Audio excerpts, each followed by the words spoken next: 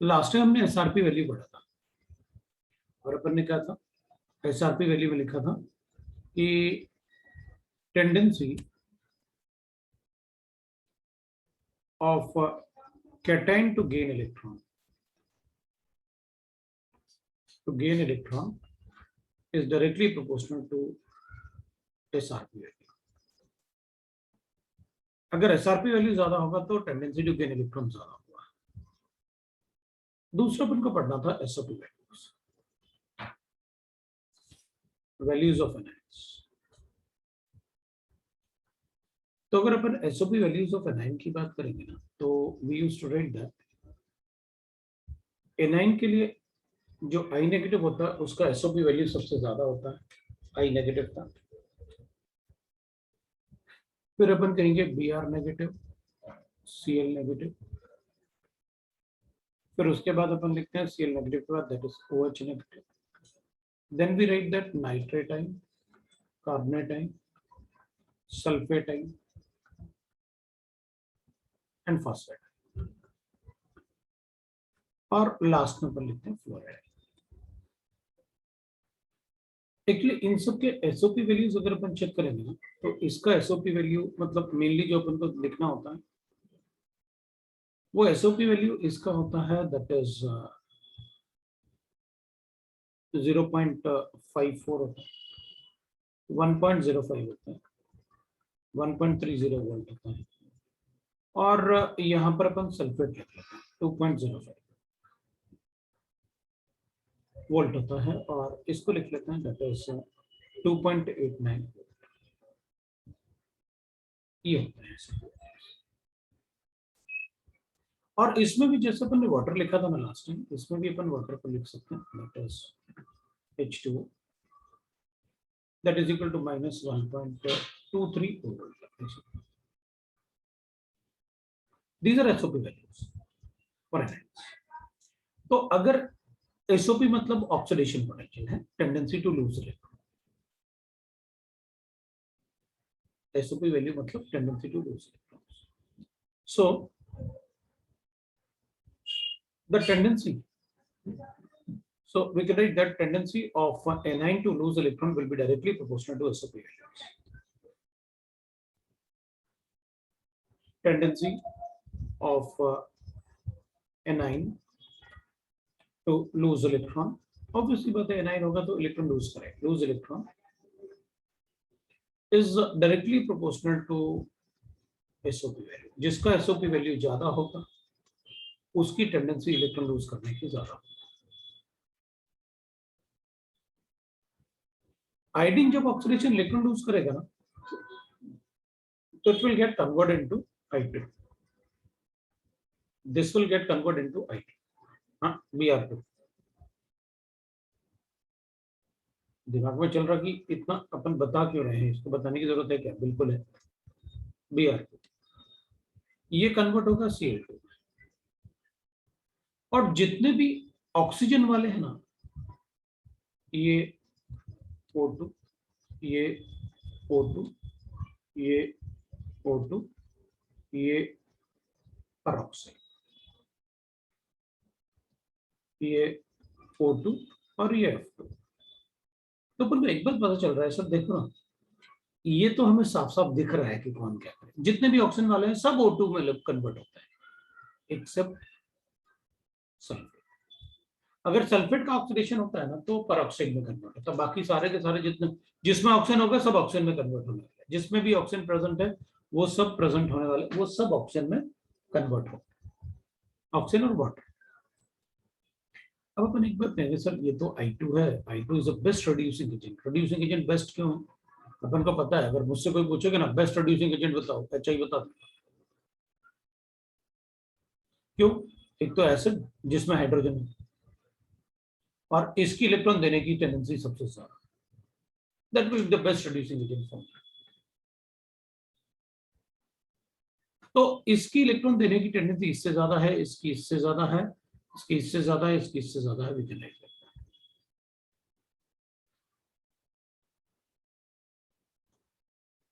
तो आपको प्रोडक्ट भी थोड़ा थोड़ा पता होना चाहिए। यहाँ पर मैंने टेंडेंसी टू लूज इलेक्ट्रॉन लिखा हुआ है, जबकि कैटाइंस में मैंने टेंडेंसी टू गेन इलेक्ट्रॉन लिखा। एनाइंस इलेक्ट्रॉन लूज करेंगे।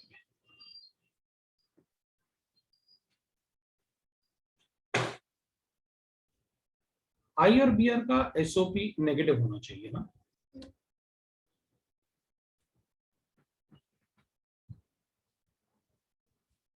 आई और बी आर का एसओपी नेगेटिव होना चाहिए।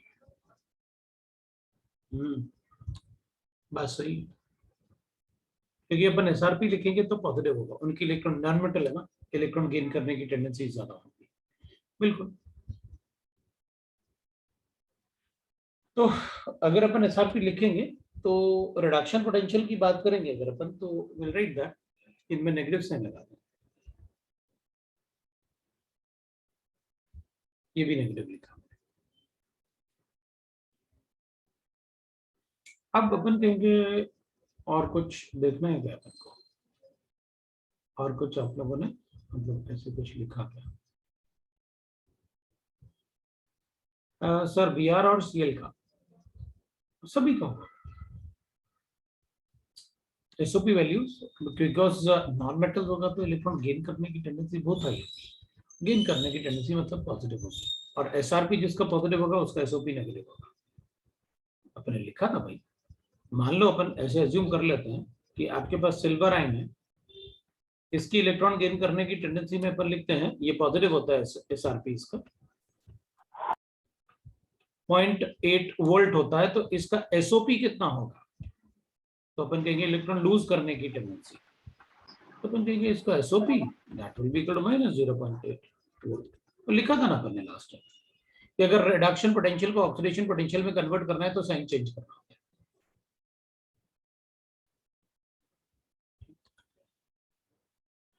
ठीक है, अब अपन कहेंगे कि ये वैल्यूज जो है, मतलब जो क्वेश्चन मेरे पास आया नहीं, जिस क्वेश्चन को मैं एक्सपेक्ट कर रहा था कि तुम लोग पूछोगे, लेकिन तुमने पूछा नहीं क्वेश्चन मुझसे। अरे तुम लोगों का मैथ्स का क्लास तो नहीं है अभी? कोई क्लास तो नहीं है ना अभी? सर होके चला गया मैथ्स। अच्छा अच्छा ठीक है, मतलब दैट इज व्हाट आई। तो अब वो क्वेश्चन आ गया जिसका मैं वेट कर रहा था कि सर एसआरपी ऑफ वाटर तो आपने लिखा हुआ है -0.83, जबकि आप एसओपी लिख रहे हो वाटर का -1.23। तो ऐसा क्यों सर? वाटर के लिए आप अलग अलग क्यों लिख रहे हो, बाकी सबके लिए तो आप बिल्कुल एग्जैक्ट वैल्यू बता रहे हो, वही वैल्यू, और उसमें बस साइन चेंज करते रहे हो। आप कह रहे हो एसआरपी ऑफ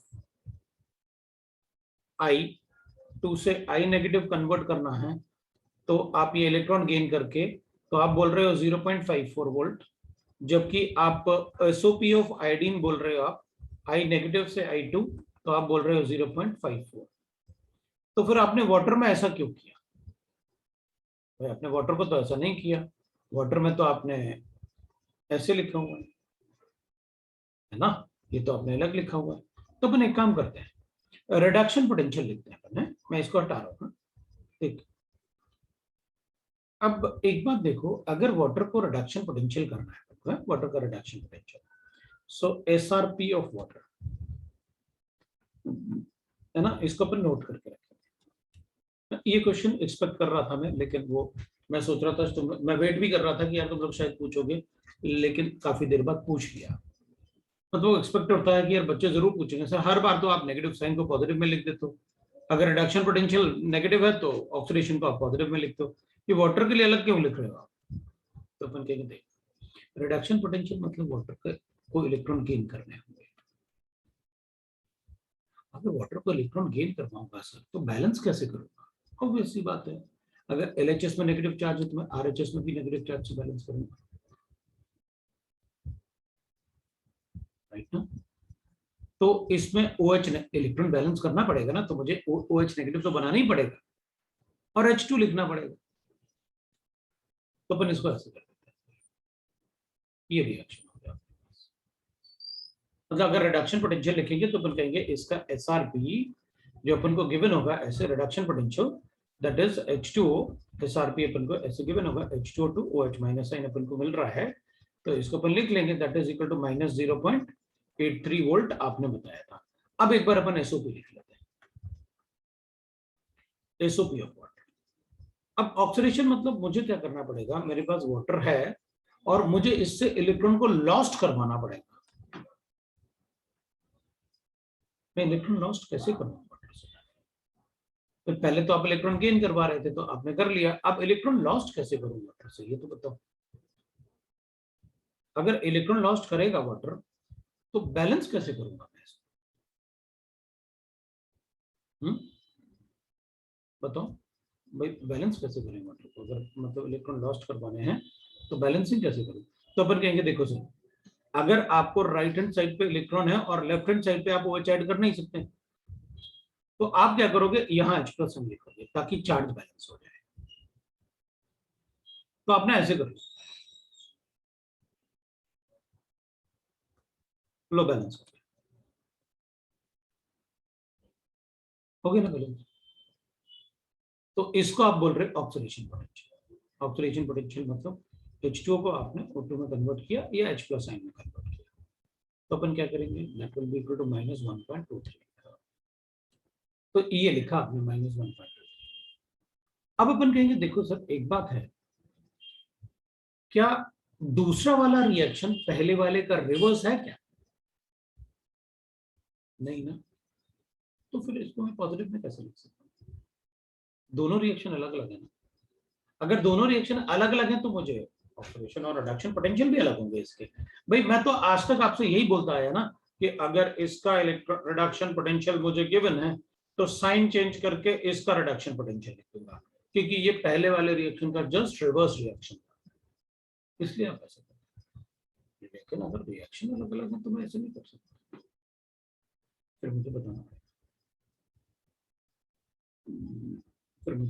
पड़ेगा, राइट।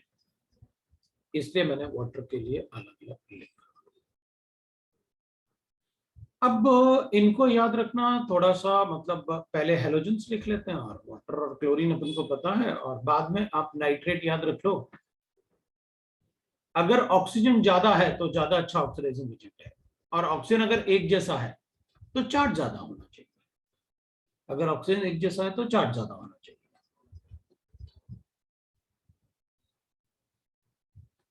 अगर ऑक्सीजन एक जैसा है तो चार्ज ज्यादा होना चाहिए। ऑक्सीजन कम है तो उसका SRP वैल्यू एसओपी वैल्यू ज्यादा होगा, और अगर ऑक्सीजन जैसे जैसे बढ़ेगा एसओपी वैल्यू भी कम होता जाएगा। ठीक है, तब तो याद रखना इजी है ना। तो as the number of oxygen increases the SOP value decreases. तो आप देख सकते हो इसमें एक ऑक्सीजन, इसमें 3, इसमें भी 3, लेकिन इसमें चार्ज ज्यादा है, कम चार्ज होगा तो एसओपी वैल्यू ज्यादा। अब इसमें एक चीज आता है एप्लीकेशंस ऑफ, ये बहुत SRP। अब अपन एप्लीकेशन की बात करें, उसमें फिर बहुत सारा केमिस्ट्री बनाएंगे। एप्लीकेशन सेल से रिलेटेड नहीं, लेकिन सेल के कंसेप्ट तो पूछेंगे। लेकिन तो एक होता है रिएक्टिविटी ऑफ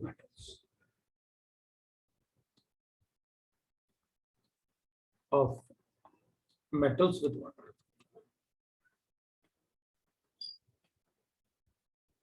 ठीक है, तो अब क्या होगा,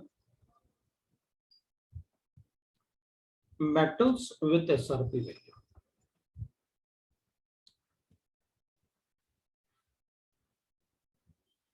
less than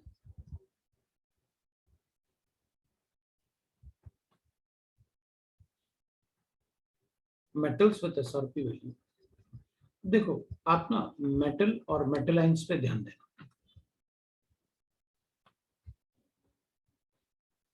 अगर मैं मेटल लिखूंगा तो आपको, जैसे सपोज कर लेते हैं अपन एल्यूमिनियम की बात करते हैं, तो आप एल की बात कर रहे हो, और जब आप मेटल आयन बोल रहे हो तो आप इसकी बात कर रहे हो। ये ध्यान रखना, इस वर्ड पे थोड़ा ध्यान देना मेरे, ये वर्ड पे दोनों पे ध्यान देना अच्छे से।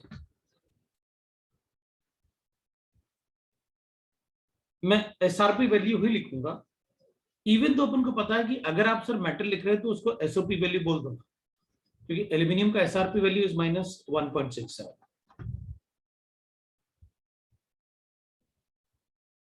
तो इसका एसओपी वैल्यू +1.67। तो पता क्या है, मेटल या नॉन मेटल के लिए मोस्टली अपन को एसआरपी वैल्यू ही गिवन होंगे, एसओपी नहीं मिलने वाले। और अपन क्वेश्चन भी एसआरपी से ही सॉल्व करेंगे। मैंने आपको इसलिए तो कैथोड माइनस एनोड करवाया था, एसआरपी रिडक्शन पोटेंशियल के। तो मैक्सिमम कैलकुलेशन अपना रिडक्शन पोटेंशियल से होगा। ये अपन को दिमाग में रखना है कि सर आप मेटल की बात कर रहे हो या मेटल आयन की बात कर रहे हो, क्योंकि मेटल आयन की बात करोगे तो गेन ऑफ इलेक्ट्रॉन की बात करोगे, और मेटल लिखोगे तो लॉस ऑफ इलेक्ट्रॉन, क्योंकि metal can easily loose electrons. ठीक है,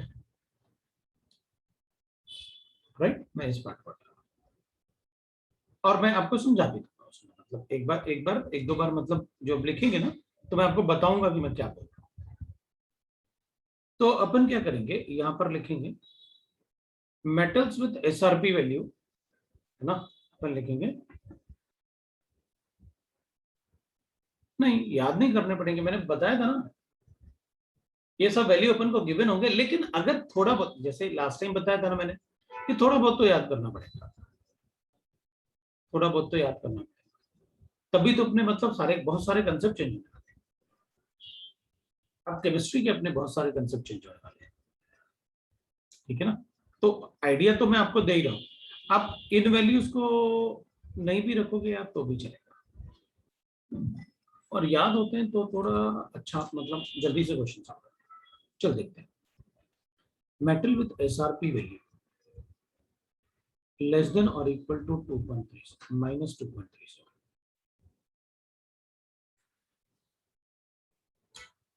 are highly electropositive.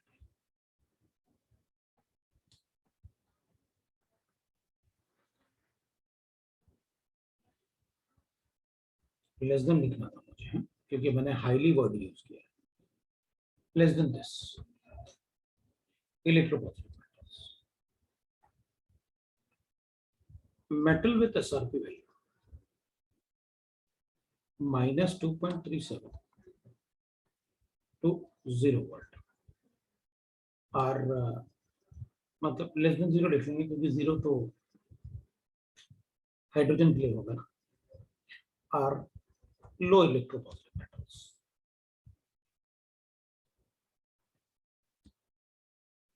electropositive metals with SRP value greater than 0 are very low electropositive metals.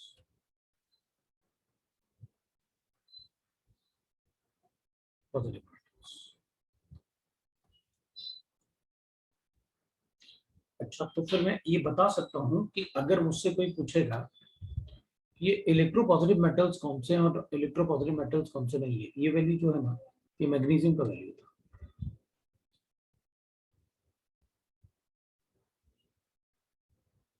और ये कॉस्टली मेटल थे, वेरी लो वाले, और अपन को ये पता था कि ये डी ब्लॉक मेटल है। यहाँ पर अपन जनरली अपन क्या लिख सकते हैं, अब मैंने उसको अगर जनरलाइज करूंगा तो तुम लोग क्या करोगे, कहोगे सर अच्छा वो कैसे आ गया, ये कैसे आ गया। अपन लिखेंगे देखो, मैंने मैग्नीशियम को हाईली इलेक्ट्रोपॉजिटिव में नहीं रखा,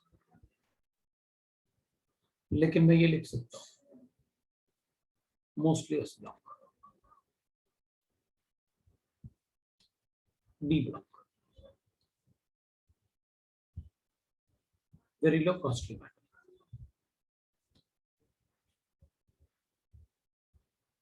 तो अपन कहेंगे ठीक है सर, मान लिया, मतलब ये ऐसे लिखना है अपन को, लेकिन एक बात है कि इससे हमें फायदा क्या, जो आप बोल रहे हो इलेक्ट्रोपॉजिटिव कैरेक्टर ये सब, तो अपन कहेंगे देखो इससे फायदा ये होगा कि मैं ये बता सकता हूँ कि कौन से इलेक्ट्रोपॉजिटिव मेटल है और कौन से इलेक्ट्रोपॉजिटिव मेटल नहीं।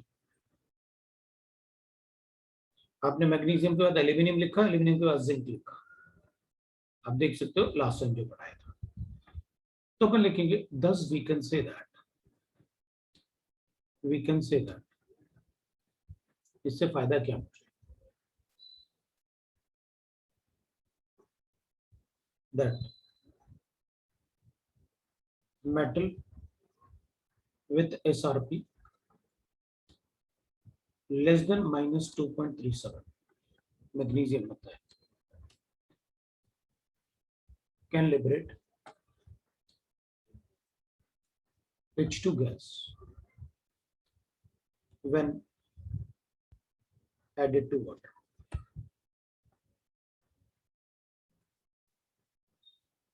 वाटर क्या, even from ice,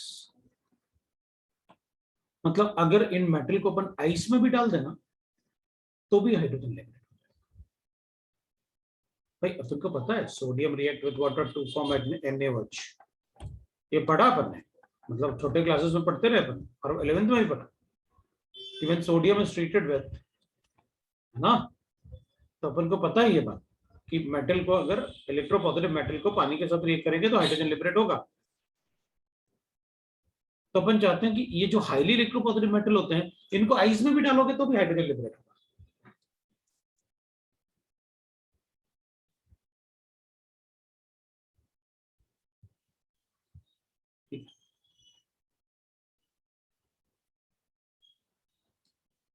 metal with SRP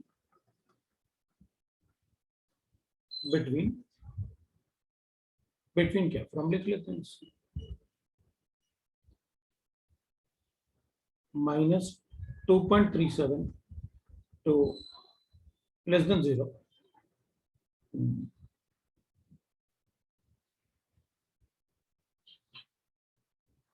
can liberate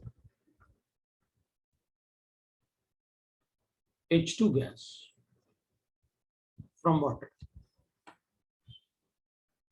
और थोड़ा सा हीट करना पड़ेगा, क्या करना पड़ेगा अपन को, थोड़ा सा हीट करना पड़ेगा, वार्मिंग। तो इसमें एक बात ध्यान रखना, मैग्नीशियम भी आएगा, एल्यूमिनियम भी आएगा और डी ब्लॉक तो आएंगे, डी ब्लॉक तो आएंगे। ये दोनों मेटल में अपन को कंफ्यूजन होगा, मैग्नीशियम और एल्यूमिनियम में। आपसे पूछा जाएगा, अगर ये बी वाला सेंटेंस मिलेगा ना तो मैग्नीशियम एल्यूमिनियम 100% लिखने वाले हैं, क्योंकि सारे बच्चे सोचेंगे मैग्नीशियम अल्कली मेटल है, अल्कलाइन अर्थ मेटल है, चलो वाटर से हाइड्रोजन लिबरेट करेगा, क्योंकि हम तो आज तक यही पढ़े कि सारे अल्कलाइन अर्थ मेटल्स जो हैं वो वाटर के साथ रिएक्ट करके हाइड्रोजन लिबरेट करते हैं। मैग्नीशियम नहीं करता, मैग्नीशियम को आपको हीट करना पड़ेगा, नहीं तो नहीं।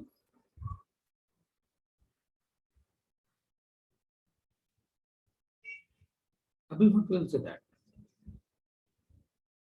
metal with SRP greater than 0 cannot liberate H2, H2 gas even on heating। मतलब मैं ये बता सकता हूं कि कौन सा मेटल हाइड्रोजन लिबरेट कर सकता है, कौन सा नहीं कर सकता। मैं ये बता सकता हूं कि कौन सा मेटल हाइड्रोजन लिबरेट करेगा, कौन सा नहीं करेगा, at room temperature, at room temperature मैं ये बता सकता हूं।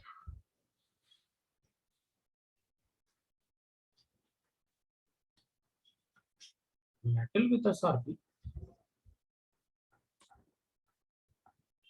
greater than 0 cannot liberate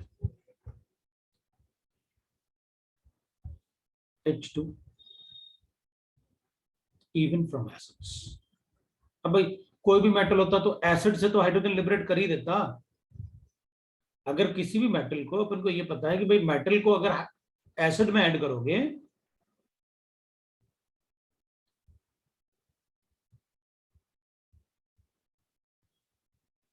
अगर किसी भी मेटल को एसिड में डिसॉल्व करोगे तो हाइड्रोजन तो लिबरेट हो ही जाएगा, लेकिन अगर SRP वैल्यू पॉजिटिव है तो लिबरेट नहीं होने वाला,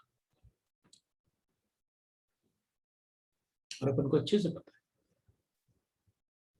आप जिंक को HCl में डालो, नेगेटिव SRP होता है, तब भी अपन ZnCl2 पढ़े।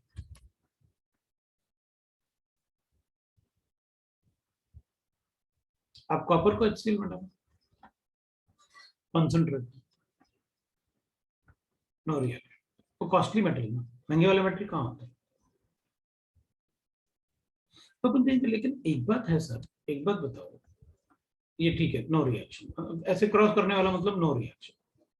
जब भी ऐसे क्रॉस करूंगा ना मैं, तो वो नो रिएक्शन लिख देंगे, वो क्रॉस करना मतलब नो रिएक्शन। तो अपन कहेंगे सर एक बार बताओ, लेकिन कॉपर तो कॉन्सेंट्रेटेड HNO3 से रिएक्ट करता है और प्रोडक्ट भी बना।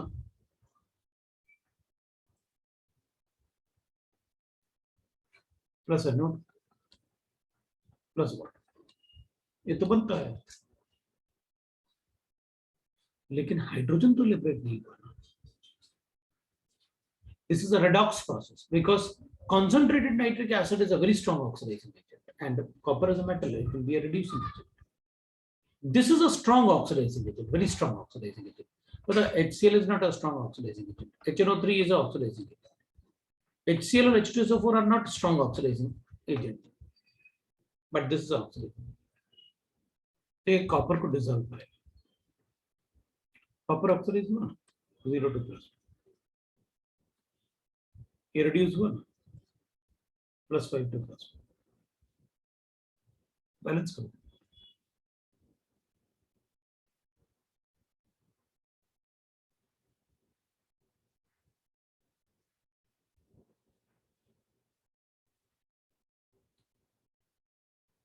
बैलेंस। तो it is a redox reaction, इसमें हाइड्रोजन थोड़ी लिबरेट हुआ, पर तो हाइड्रोजन की लिबरेट की बात कर रहे हैं। भाई इलेक्ट्रोपॉजिटिव मेटल को अगर एसिड में डालो तो हाइड्रोजन लिबरेट होता है, कॉपर से नहीं होगा क्योंकि उसका एसआरपी वैल्यू पॉजिटिव है। महंगे वाले मेटल से नहीं होगा क्योंकि उनका एसआरपी वैल्यू पॉजिटिव है। ऐसे ही क्वेश्चन अपन को इनऑर्गेनिक में पूछते हैं, उनने इलेक्ट्रोकेमिस्ट्री पूछ लिया, इनऑर्गेनिक में पूछ लिया। बाकी और अपन देखेंगे कि कॉन्सेंट्रेटेड के साथ रिएक्ट करेंगे तो क्या प्रोडक्ट बनेंगे, डाइल्यूट के साथ रिएक्ट करेंगे तो क्या प्रोडक्ट बनेगा, ऐसा वो अपन देखेंगे। क्योंकि किसी भी एलिमेंट को, किसी भी कंपाउंड को, किसी भी कुछ भी हो, XYZ जो मर्जी चाहे लिख लो आप, अगर इसको कॉन्सेंट्रेटेड नाइट्रिक एसिड से रिएक्ट करोगे तो हमेशा NO2 ही लिबरेट होगा। कॉन्सेंट्रेटेड नाइट्रिक एसिड के साथ किसी को भी रिएक्ट करो, NO2 गैस ही निकलेगा। अगर डाइल्यूट हुआ तो हाँ, तो फिर देखेंगे किसको रिएक्ट कर रहे हो आप, NO भी हो सकता है, अमोनियम नाइट्रेट भी हो सकता है।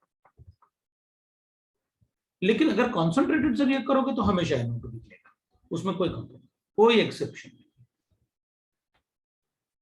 तो फिर ये वाले कब बनेंगे तो बताएंगे, अपन धीरे धीरे पढ़ेंगे।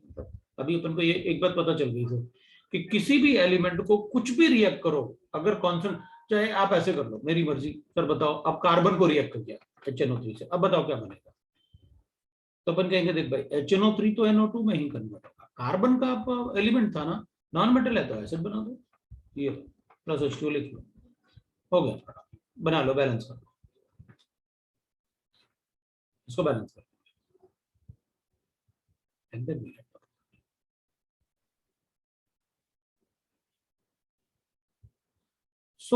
हमें पता है कि भाई आपने NO2 ही क्यों लिखा, क्योंकि आपने कॉन्सेंट्रेटेड बोला इसमें, इसलिए आपने NO2 लिखा। ठीक है, मुझे दो चीजें पता चली, एक कौन एसिड के साथ हाइड्रोजन लिबरेट कर सकता है और कौन नहीं कर सकता, दूसरा वाटर के साथ कौन रिएक्ट कर सकता है, क्योंकि ये डायरेक्ट क्वेश्चन होते हैं नॉर्मल में, मेंस में और एडवांस में। बताओ कौन सा मेटल वाटर के साथ रिएक्ट करके फास्टेस्ट H2 लिबरेट करेगा, तो उसमें क्या है, जिसका एसआरपी वैल्यू लीस्ट होता है, बता दो। या कौन सा मेटल एसिड के साथ रिएक्ट करके हाइड्रोजन लिबरेट करेगा, बता दें।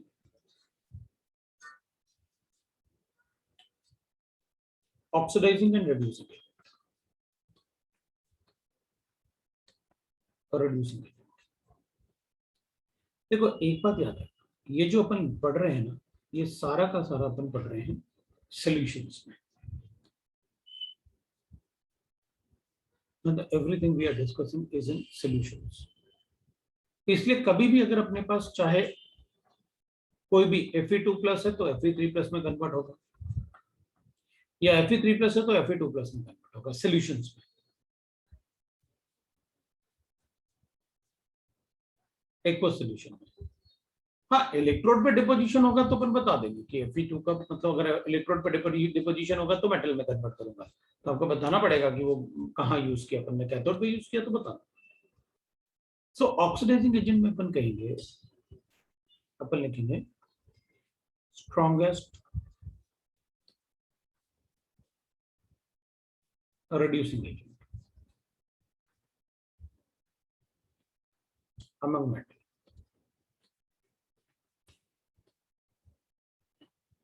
in aqueous solution।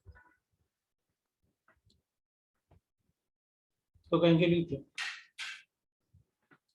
Lithium metal लिखूंगा क्योंकि रिड्यूसिंग एजेंट मतलब अपन को बताना है, रिड्यूसिंग एजेंट मतलब जो इलेक्ट्रॉन लूज करता है, तो it is lithium. Lithium is the strongest reducing agent.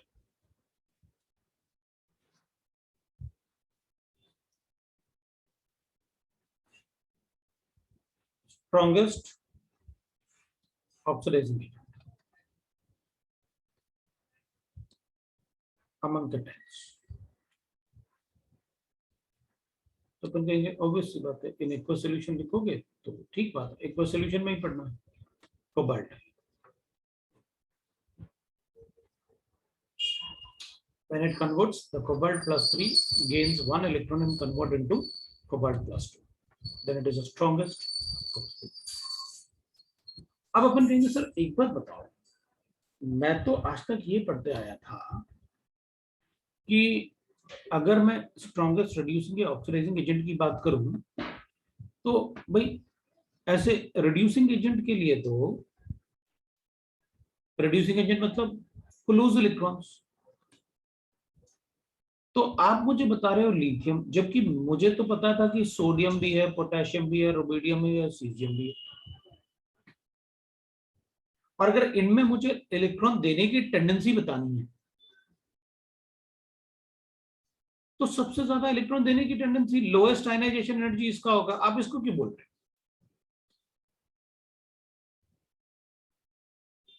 हैं? आपने तो लिखा ना लिथियम मेटल, तो मुझे तो ये बोलना चाहिए।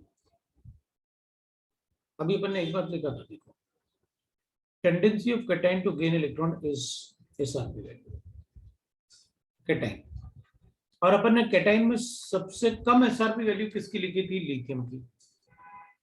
कितना? -0, दैट इज 3.05, -3.05 लिखा था -3.05, है ना। तो फिर कहेंगे ये जो मतलब ऐसे ना, इसकी इलेक्ट्रॉन गेन करने की टेंडेंसी तो सबसे कम होती है। हाँ, तभी तो बोल रहे हैं कि इसकी इलेक्ट्रॉन लूज करने की टेंडेंसी सबसे ज्यादा है, क्योंकि अब ये +3.05 होगा,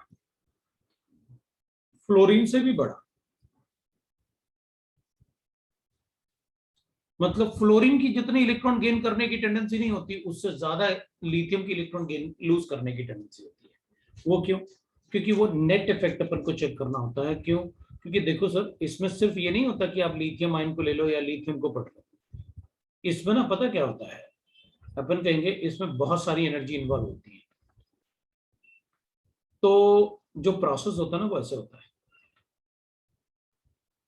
अपन के पास लिथियम सॉलिड था, मैं इसको सब्लिमाइज करूंगा, सब्लिमेशन करूंगा, तो ये लिथियम गैस में कन्वर्ट, फिर मैं इसको लिथियम आयन में कन्वर्ट करूंगा, आयनाइजेशन एनर्जी, तो लिथियम आयन में कन्वर्ट होगा, राइट। ये सारा प्रोसेस अपन किस में कर रहे हैं, है ना, ये सारा प्रोसेस अपन किस में कर रहे हैं? सॉल्यूशन में। तो फिर इसका हाइड्रेशन भी होगा,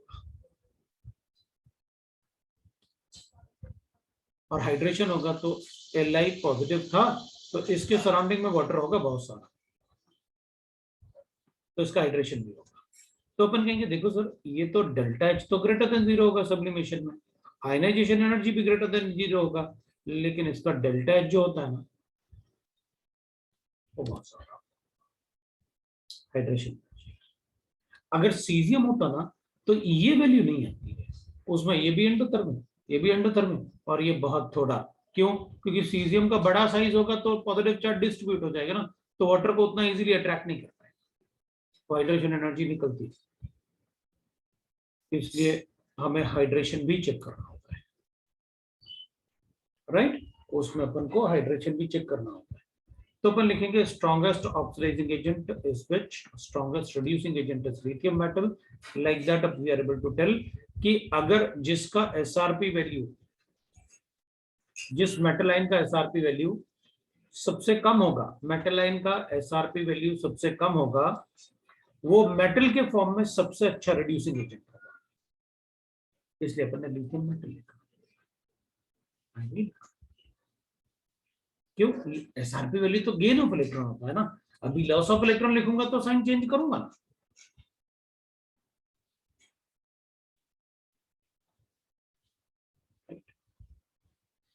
ठीक है सर, तो we are able to tell that कि भाई कौन सा ऑक्सीडाइजिंग एजेंट है, कौन सा रिड्यूसिंग एजेंट है, द बेस्ट वन। अगर अपन नॉन मेटल्स की बात करें, among non metals,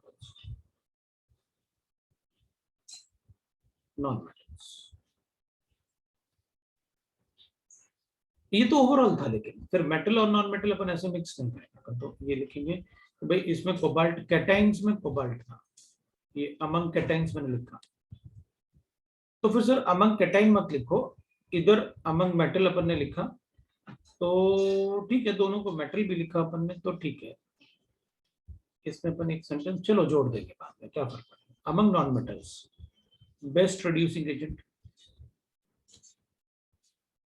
ideal,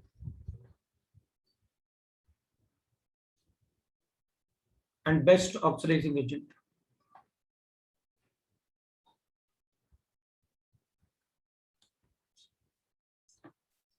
that will be, मतलब अपन क्या लिखेंगे, फ्लोरीन, F2 लिखेंगे, नॉट फ्लोरीन, क्योंकि फ्लोरीन के पास तो इलेक्ट्रॉन हो ही गया F2। यहाँ अपन को इलेक्ट्रॉन लूज करवाना है, reducing agent, oxidising agent, electron gain करवाना है, अपन ने लिखा नहीं, ये इलेक्ट्रॉन लूज करने की टेंडेंसी है, anion tendency to lose electron is directly proportional to SO2 value, तो इसकी टेंडेंसी इलेक्ट्रॉन लूज करने की नहीं होगी, ऑब्वियसली बात है। फ्लोरीन से कैसे इलेक्ट्रॉन दे सकते हैं, F2 होता तो बहुत ज्यादा इलेक्ट्रॉन गेन करने की टेंडेंसी होती, तो इलेक्ट्रॉन गेन करने वाला ऑक्सीडाइजिंग एजेंट होता है। So overall best reducing agent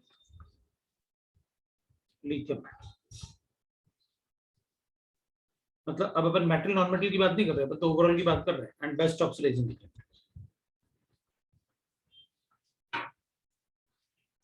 fluorine, मतलब कोबाल्ट आयन से भी अच्छा, हाँ तभी तो लिखा अमंग कैटाइन, ये कैटाइन थोड़ी बताता है, इसलिए अपन ने अमंग कैटाइन लिखा था। तो ओवरऑल हमें इससे मतलब नहीं है कि कौन सा, हमें तो बस इससे मतलब है कि भाई किसको मैं बेस्ट रिड्यूसिंग एजेंट बोल सकता हूँ और किसको मैं बेस्ट ऑक्सीडाइजिंग एजेंट बोलता हूँ, वो अपन एसआरपी वैल्यू से पता कर लेंगे, क्योंकि एसआरपी वैल्यू सबसे कम जिसका होगा उसकी इलेक्ट्रॉन लेने की टेंडेंसी सबसे कम होगी, मतलब देने की टेंडेंसी ज्यादा, और एसआरपी वैल्यू इसका सबसे ज्यादा होता है, मतलब इसकी इलेक्ट्रॉन लेने की टेंडेंसी सबसे ज्यादा होगी, क्योंकि ये एसआरपी वैल्यू 2.89 से ज्यादा किसी का नहीं होता है, इसका एसआरपी वैल्यू 2.89 तो अपन बता सकते हैं।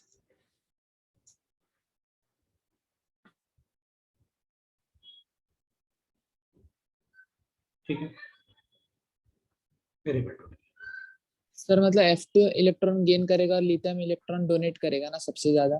बिल्कुल वही, इसलिए थोड़ा सा वेट कर रहा हूँ कि बच्चे आराम से सोच लें, उनको मतलब कोई डाउट नहीं होना चाहिए, इसलिए वेट कर रहा हूँ कि यार थोड़ा मतलब तुम लोग आराम से सोचो, और कोई दिमाग में क्वेश्चन आता है तो वो बोलेंगे कि मेरे दिमाग में ये क्वेश्चन। अब अपन लिखेंगे third part, displacement. Sir last page का लिखना बाकी है। लास्ट वाला सर दिखाना है, हाँ लास्ट पेज का लिखा हाँ नहीं हाँ है। ये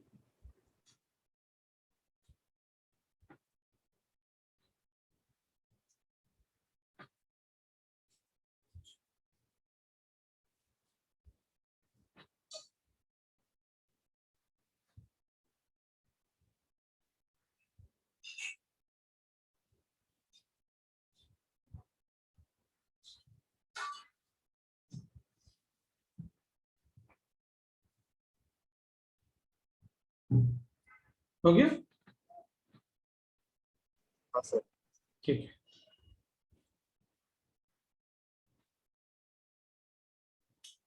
तो अपन को पता है अच्छे से कि भाई ऑक्सीडाइजिंग एजेंट मतलब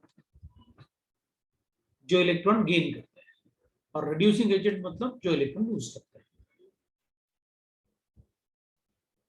तो जब भी अपन को प्रोसेस कोई करना होता है,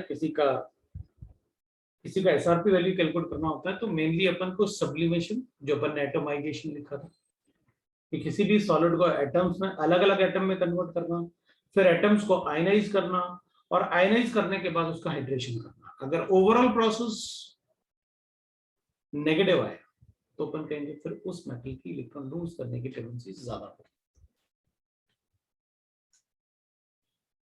तो वो ओवरऑल प्रोसेस चेक करना होता है। ठीक है।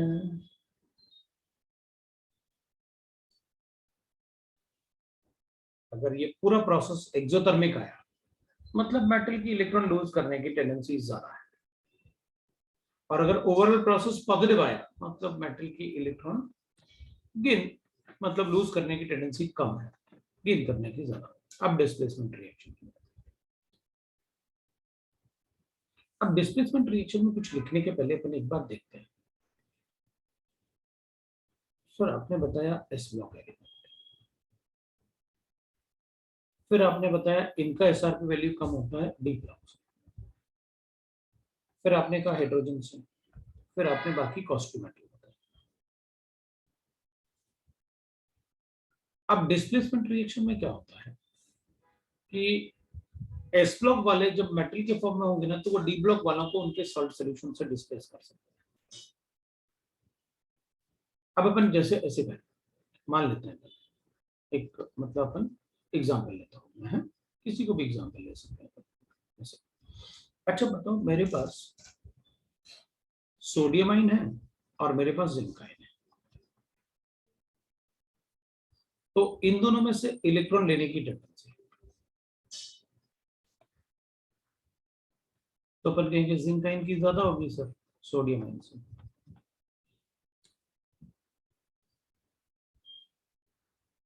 क्योंकि आपने बताया ना कि एसआरपी वैल्यू अगर बड़ा होगा तो इलेक्ट्रॉन लेने की टेंडेंसी ज्यादा होगी, तो जिंक की ज्यादा होगी।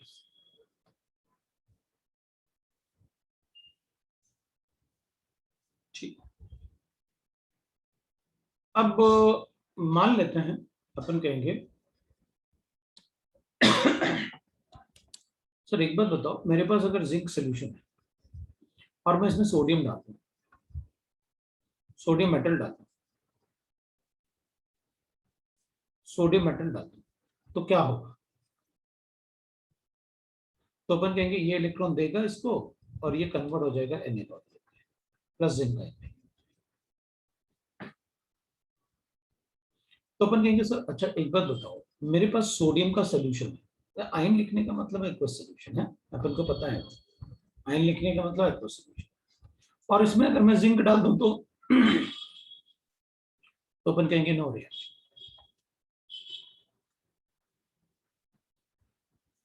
तो अपन कहेंगे सर एक बात बताओ, ये बात समझ में नहीं आई, आप क्या बोल रहे हैं? आपने कहा इस वाले रिएक्शन में आप कह रहे थे कि जिंक आयन में ये सोल्यूशन था, इसमें ये सॉलिड जिंक डाल दिया, सोडियम डाल दिया, तो आपने कहा सोडियम इसको इलेक्ट्रॉन दे देगा, खुद सोल्यूशन में कन्वर्ट हो जाएगा, इसका सॉलिड बन जाएगा। तो अपन कहेंगे देख भाई, इलेक्ट्रॉन गेन करने की टेंडेंसी ज्यादा है जिंक की, और देने की अगर इसकी इलेक्ट्रॉन गेन करने की टेंडेंसी ज्यादा है इसके कंपैरिजन, तो ऑब्वियसली बात ये हुई ना कि आप जिंक के लिए अगर ये अपन ऐसे लिखें, अगर मान लो इनका एसआरपी वैल्यू लिखें अपन, एसआरपी, तो जिंक का होता है -0.76 और ये होगा अपने पास -2.37, 2.37। ठीक है, तो इन दोनों में एसआरपी वैल्यू जिसका ज्यादा होगा उसका इलेक्ट्रॉन लेने की टेंडेंसी ज्यादा है। ठीक है, ये तो इलेक्ट्रॉन लेने की टेंडेंसी है। अगर मैं एसओपी लिखूं तो अपन कहेंगे 0.76, अब +2.37, मतलब यहां पर गेन करने की टेंडेंसी बता रहे हो आप और यहां पर लॉस करने की टेंडेंसी बता रहे हो। बताओ किसकी इलेक्ट्रॉन लूज करने की टेंडेंसी ज्यादा है, तो कहेंगे सोडियम की। और किसकी इलेक्ट्रॉन गेन करने की टेंडेंसी ज्यादा है, जिंक की। तो भाई अगर इसकी इलेक्ट्रॉन गेन करने की टेंडेंसी ज्यादा है और इसकी लूज करने की, तो ये तो स्पॉन्टेनियस प्रोसेस हो गया, अपने आप हो जाएगा। अब इस प्रोसेस की बात करते हैं, सोडियम आयन की इलेक्ट्रॉन लेने की टेंडेंसी अपन कहेंगे सर जिंक से कम है।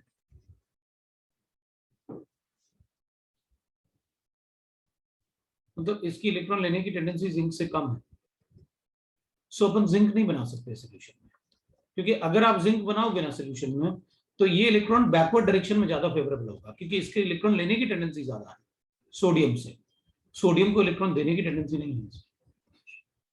तो अपन इस प्रोसेस में क्या देख रहे हैं अपन, कि देखो किसकी इलेक्ट्रॉन लेने की टेंडेंसी ज्यादा है, जिंक की, और इलेक्ट्रॉन देने की टेंडेंसी सोडियम की। जबकि अपन यहां क्या कर रहे हैं, इससे डोनेट करवा रहे हैं और इसको गेन करवा रहे हैं, ये तो गलत है ना भाई। दोनों में अगर अपन चेक करेंगे तो इलेक्ट्रॉन देने की टेंडेंसी ज्यादा किसकी है, सोडियम, और लेने की टेंडेंसी ज्यादा किसकी है, जिंक है। अपन तो रिवर्स प्रोसेस कर रहे हैं, गलत है। जिंक की डोनेट करने की टेंडेंसी कम है, लॉस ऑफ इलेक्ट्रॉन की बात कर रहे हैं पर डोनेट की। सोडियम की डोनेट करने की टेंडेंसी ज्यादा है और जिंक की गेन करने की टेंडेंसी ज्यादा है। तो ये तो उल्टा प्रोसेस कर रहे हो सर, उल्टा प्रोसेस।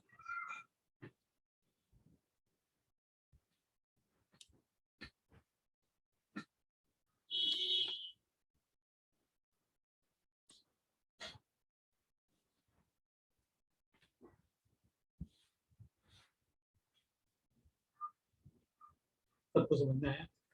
अब अपन इससे एक सेंटेंस लिखते हैं। अपन कहेंगे सर इसको आपने मना कर दिया कि ये प्रोसेस नहीं है फॉरवर्ड डायरेक्शन, ये हो जाए, तो मैं ऐसे लिख सकता हूँ ना, a metal with lower SRP, metal का a metal with lower SRP can displace the metal ion from its salt solution। मतलब एक मेटल जो इधर होगा, अपन मेटल आयन नहीं बोल रहे, a metal with lower SRP can displace the metal ion from its salt solution। मतलब आप ये कहना चाह रहे हो कि अगर मेरे पास सोडियम प्लस ZnCl2 है तो मैं ये रिएक्शन कर दूंगा। A metal with lower SRP can displace the metal from its salt solution। तो मैं यहां पर लिखूंगा डिस्प्लेसमेंट रिएक्शन में, the metal with lower SRP value can displace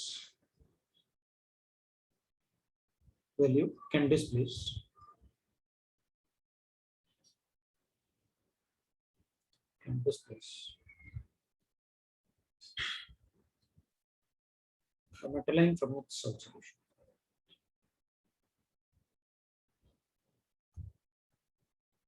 Salt solution।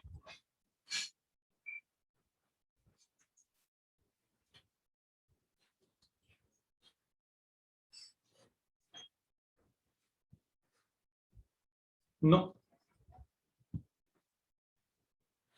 अब अपन कहेंगे सर इतना सारा बताने की क्या जरूरत थी, आप सीधा सीधा बोल देते ना भाई ये एसिड है H+। हम सबको पता है कि अल्कली मेटल हो या डी ब्लॉक मेटल हो, इधर कॉस्टली मेटल हो, आप सीधे बोल देते ना कि जिनका एसआरपी वैल्यू कम होगा वो हायर एसआरपी वाले को उसके सॉल्ट सॉल्यूशन से डिस्प्लेस करते हैं। हमको तो पता है, ये तो पहले से पढ़ते हैं हम भाई, कोई भी अल्कली मेटल को एसिड में डालो हाइड्रोजन लिबरेट होगा, क्योंकि उसने एसिड के H+ आयन को डिस्प्लेस कर दिया एसिड से, वो तो पहले से पता है। तो बेटर है कि आप ऐसे बताते ना कि देखो जितने भी मेटल हैं जिनका नेगेटिव एसआरपी है, वो हाइड्रोजन को अगर HCl में उनको डालोगे तो हाइड्रोजन लिबरेट होगा। मतलब HCl सोल्यूशन से वो मेटल जिनके एसआरपी वैल्यू नेगेटिव होंगे वो सारे के सारे क्या कर देंगे, हाइड्रोजन लिबरेट करेंगे, वो H+ आयन को डिस्प्लेस कर देंगे उसके सोल्यूशन से। तो आपने यही तो कहा कि भाई लोअर एसआरपी वाले हायर एसआरपी वालों को उनके सॉल्ट सोल्यूशन से डिस्प्लेस कर सकते हैं। बिल्कुल यही तो कह रहे हो। तो पता ऐसे भी ये तो एसिड वाला पार्ट तो अपन हमेशा पढ़ते हैं, तो फिर अपन को इतनी ज्यादा जरूरत नहीं पड़ेगी। अपन तो सीधे ही बोल देंगे कि भाई कोई भी मेटल अपन को पता है कि भाई कोई भी मेटल आयन है ना, राइट। अपन ऐसे बता सकते हैं कि कोई भी मेटल आयन। अच्छा इसको मैं दूसरे तरीके से ही पढ़ते हैं, देखना एक मिनट रुकना, ऐसे पढ़ता हूं अपन ऐसे। अब देखना इसको एक दूसरे तरीके से पढ़ते हैं और इजी तरीके से पढ़ते हैं। अपन क्या करते हैं, एक डेली लाइफ के एग्जाम्पल। मैंने तुमसे पूछा देखो भाई मेरे पास ना एक वेसल है और ये आयरन वेसल है, और इसमें मैं AgNO3 सोल्यूशन रखूंगा।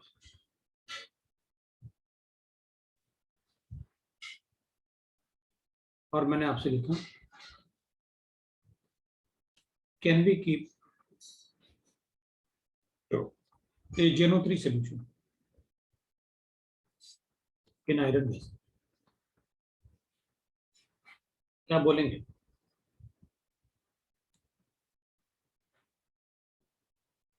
तो अपना आंसर होगा नो। वो क्यों? क्योंकि भाई सिल्वर का SRP वैल्यू आयरन से बड़ा होता है।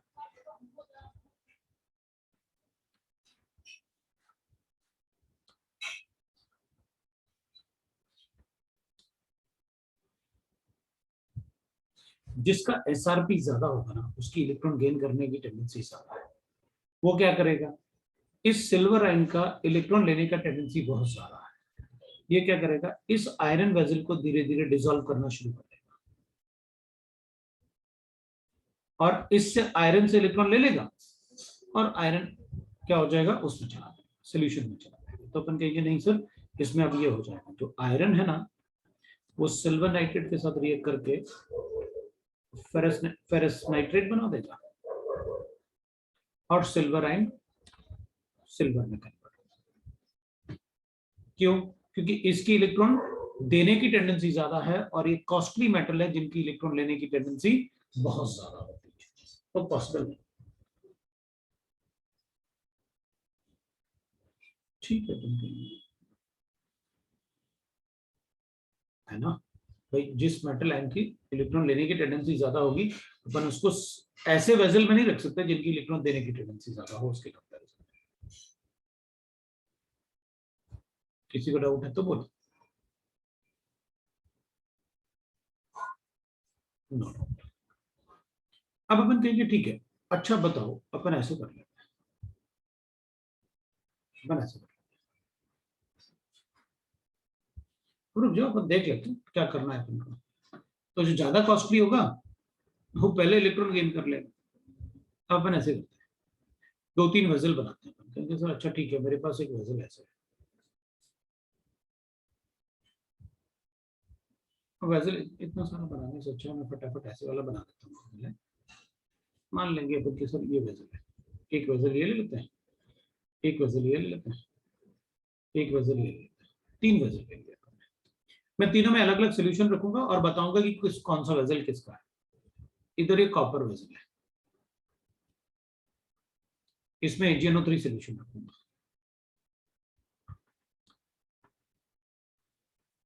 यहां पर मैं सिल्वर वेसल लेता हूं और यहां पर मैं गोल्ड का सोल्यूशन रखूंगा और यहां पर मैं गोल्ड वेसल लेता हूं और यहां पर मैं सिल्वर नाइट्रेट सोल्यूशन रखूंगा।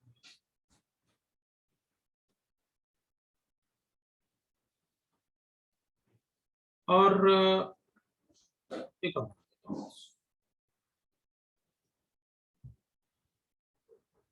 यहां पर मैं Fe वेसल लेता हूं और यहां मैं कॉपर क्लोराइड सोल्यूशन लेता हूं।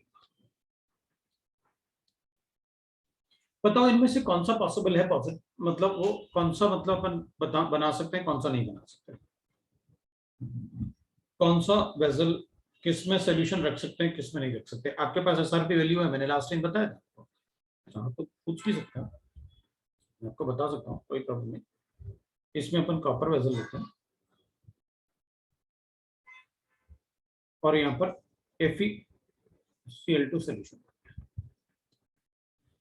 तो चलो देखते हैं क्या है। तीन में नहीं रख सकते, तीन में नहीं रख सकते, तो देखेंगे, सॉरी 2 में। अच्छा ठीक है, देख लेते हैं। फिर सेकंड वेसल में। अच्छा ठीक है, एक बार अपन ना कलर चेंज करते हैं, थोड़ा कलर डिफरेंट रहेगा ना, तो अपन को और भी अच्छा 3 4 ठीक है। अच्छा देख, इसमें कॉपर वेसल है, तो अपन ने ये तो पढ़ा ही हुआ, SRP Fe का कम होता है, कॉपर से कॉपर का कम होता है, सिल्वर से सिल्वर का कम होता है, गोल्ड से, मतलब सबसे ज्यादा इलेक्ट्रॉन लेने की टेंडेंसी गोल्ड की। तो अगर कॉपर और सिल्वर है तो नहीं रख सकते, क्यों, इसके इलेक्ट्रॉन लेने की टेंडेंसी ज्यादा है ना इसके कंपेयर से, तो इलेक्ट्रॉन लूज करेगा और ये इसको इलेक्ट्रॉन देगा, नहीं रख सकते। इसके इनमें से सबसे ज्यादा इलेक्ट्रॉन लेने की टेंडेंसी किसकी है, सेल इसकी, फिर इसकी, फिर इसकी और फिर इसकी।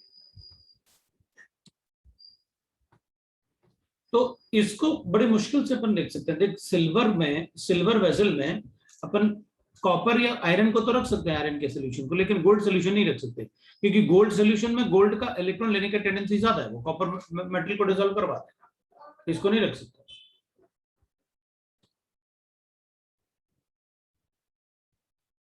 ये कर सकते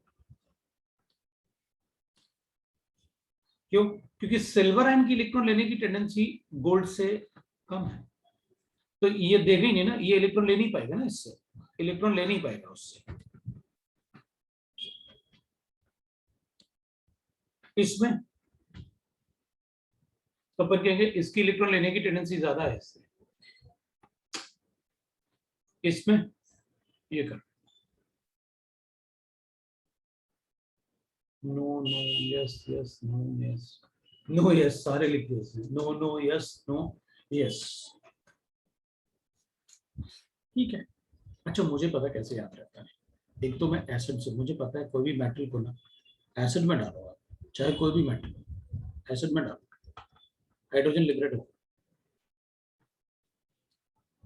इसका मतलब है इसका लोअर एसआरपी था और इसका एसआरपी 0 होता है, मतलब लोअर एसआरपी वाला मुझे पता है हायर एसआरपी वाले को उसके सोल्यूशन से डिस्प्लेस कर देगा, मुझे एसिड से याद है, मुझे कभी नहीं सोचना पड़ता कि कौन सा वैल्यू क्या है, मुझे तो एसिड से हमेशा याद है। लोअर एसआरपी वाला मतलब जो लोअर एसआरपी किसके, इलेक्ट्रोपॉजिटिव मेटल के होते हैं लोअर एसआरपी, तो लोअर एसआरपी वैल्यू एसिड में ऐड करोगे ना तो हाइड्रोजन लिबरेट होगा, अच्छा अच्छा, लोअर एसआरपी वाला हायर एसआरपी वाले को उसके सोल्यूशन से डिस्प्लेस कर देगा। और इनमें तो सीधी सीधी बात है,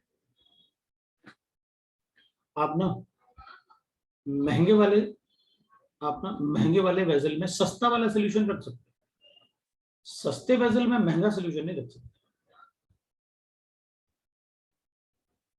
महंगे वाले वेजल में सस्ता वाला सोल्यूशन रख सकते हैं, सस्ते वाले वेजल में महंगा वाला सोल्यूशन नहीं रख सकते। अब देख लो,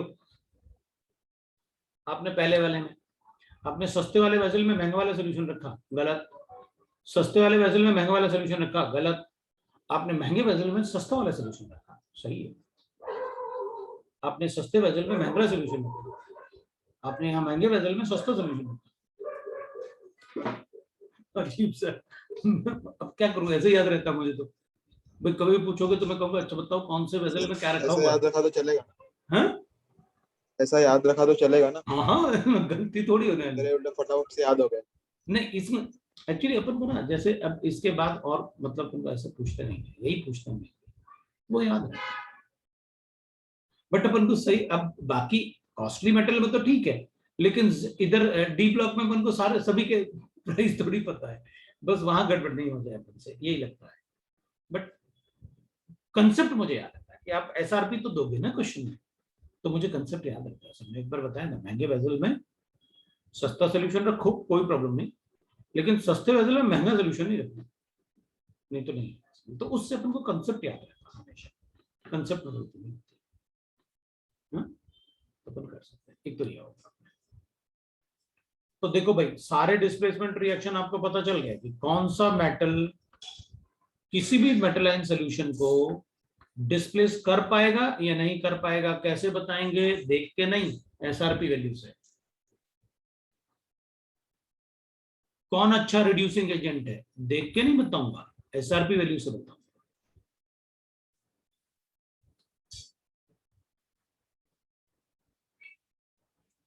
अब पता, मैं से एक बात और बता सकता हूं, और वो पॉइंट है, फोर्थ पॉइंट लिखना होगा, स्टेबिलिटी ऑफ ऑक्साइड्स,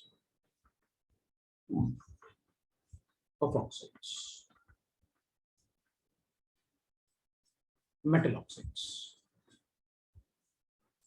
वैसे ऑक्साइड भी लिखता तो भी चलता, लेकिन अपन मेटल ऑक्साइड मेनली पढ़ रहे हैं। पता, अगर मुझे एसआरपी वैल्यू का आइडिया होगा ना, तो मैं सभी मेटल के ऑक्साइड का स्टेबिलिटी बता सकता हूँ, because stability of metal oxide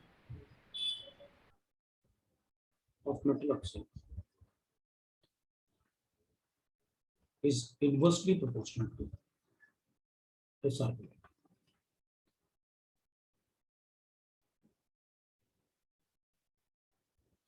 मतलब मैं ये बोल सकता हूँ एग्जाम्पल के लिए कि लिथियम ऑक्साइड ज्यादा स्टेबल है जिंक ऑक्साइड से। जिंक ऑक्साइड ज्यादा स्टेबल है, मैं कहूँगा कॉपर ऑक्साइड से। कॉपर ऑक्साइड ज्यादा स्टेबल है सिल्वर ऑक्साइड से।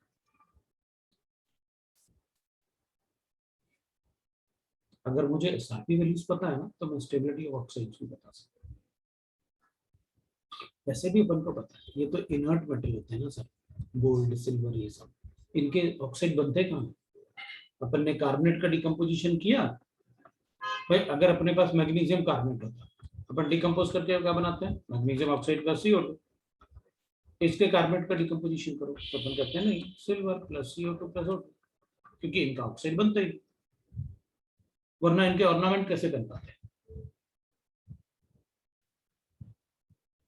उन पर जंग लग जाती और ऑक्साइड बनते, जंग लगती और खराब हो जाते, पहन ही नहीं पाते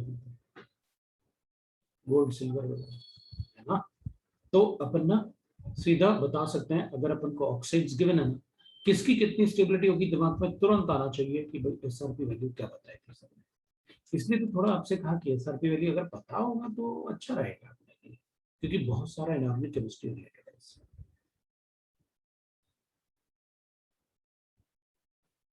बहुत सारे डिस्प्लेसमेंट रिएक्शंस भी होंगे, एंड रिएक्शंस इन मेटलर्जी।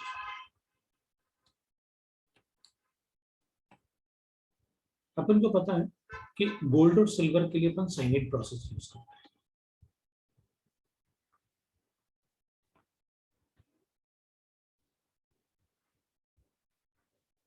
इसको अपन रिएक्ट करते हैं किसके साथ? जिंक के साथ। और क्या बनता है अपने पास? तो अपन करते हैं इसे, इसमें अभी इस टाइप से ले लेते हैं एक मिनट, क्योंकि मैंने थोड़ा और ज्यादा ही एडवांस स्टेज वाला ले लिया प्रिपरेशन, पर ऐसे देख सकते हैं।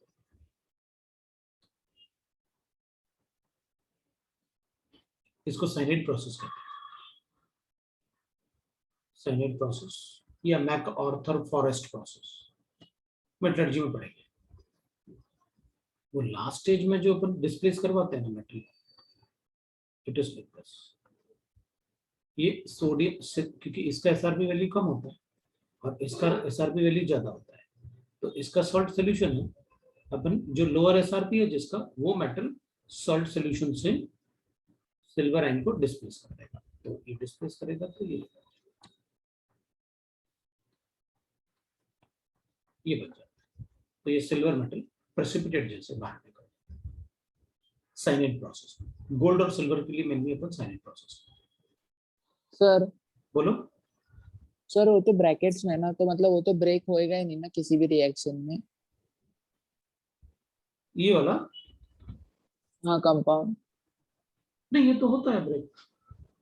सर कोऑर्डिनेशन कंपाउंड्स में पढ़ा है तो जो ब्रैकेट के अंदर रहते हैं वो तो लिक्विड या किसी भी एक्वेस सॉल्यूशन में मतलब वो ये नहीं होते ना, क्या बोलते हैं। पता क्या है, कुछ इम्परफेक्ट कॉम्प्लेक्सेस भी होते हैं, कुछ इम्परफेक्ट कॉम्प्लेक्स भी होते हैं, जैसे ये हो गया, ये हो गया। एक तो एग्जांपल यही ले लिया अपन ने, ये हो गया। These are imperfect complexes. ये रिएक्ट करते हैं, ब्रेक होते हैं, ये हो गया।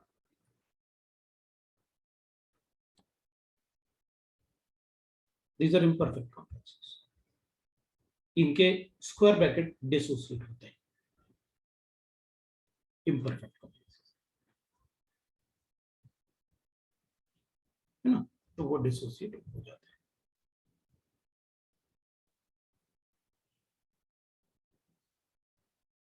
राइट, अब इसमें फिर तो पता चले, अब स्टेबिलिटी ऑफ मेटल ऑक्साइड में सीधा अपन लिखेंगे भाई कि मतलब एसआरपी वैल्यू अगर कम है तो स्टेबिलिटी ऑफ मेटल ऑक्साइड ज्यादा है। कम होने का मतलब है उस पर कैटायनिक चार्ज ज्यादा रहेगा, वो stability, electrostatic attraction between the oxide, lattice energy ज्यादा है सीधी। तो लैटिस एनर्जी को कैलकुलेट करने से अच्छा है कि एसआरपी वैल्यू याद रखें। दूसरा डिस्प्लेसमेंट रिएक्शन, ये तो मेटलर्जी में प्रोसेस। ठीक है, तो कुछ कुछ ऐसे डिजाइन।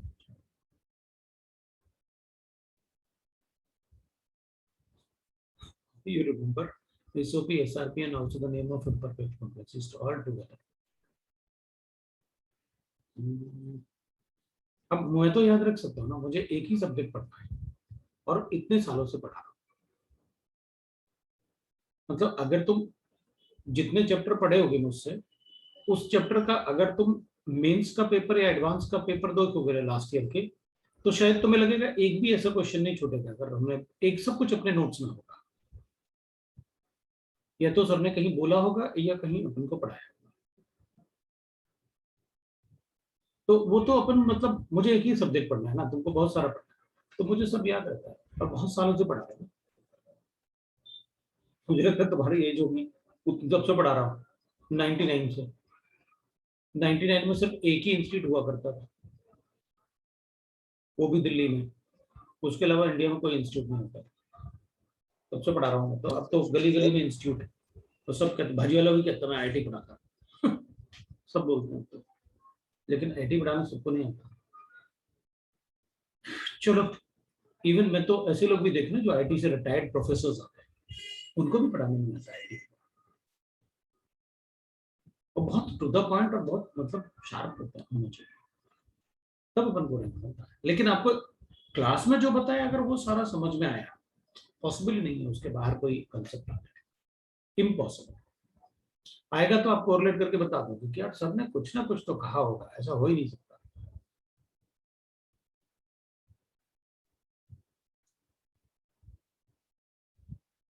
Entire chemistry.